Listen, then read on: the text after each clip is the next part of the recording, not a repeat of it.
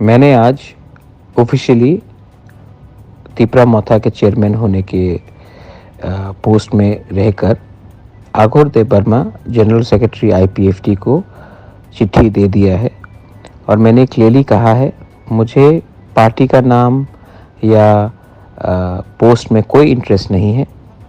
तिपरासा लोग आईपीएफटी और तिपरा मोथा को अगर एक पार्टी बनकर एक सिंबल में फाइट करेंगे, नाम जो भी हो हमको कोई चिंता नहीं है।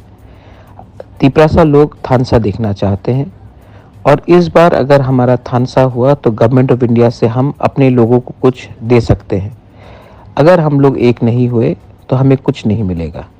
इसी के लिए मैंने चिट्ठी आघोर देव वर्मा को दिया है। वो आईपीएफटी के वर्किंग प्रेसिडेंट को देंगे और तब आईपीएफटी को सोचना पड़ेगा कि हमें आने वाले दिन में तिपरासा के संग काम करना है या अलग अलग होकर फाइट करना है या बीजेपी के संग फाइट करना है। लेकिन मैंने अपना point of view black and white में सबको दे दिया है। अब आईपीएफटी को विचार करना है कि वो बुबागरा के संग, तिपरासा के संग, सब लोगों के संग एक संग होकर फाइट करेंगे।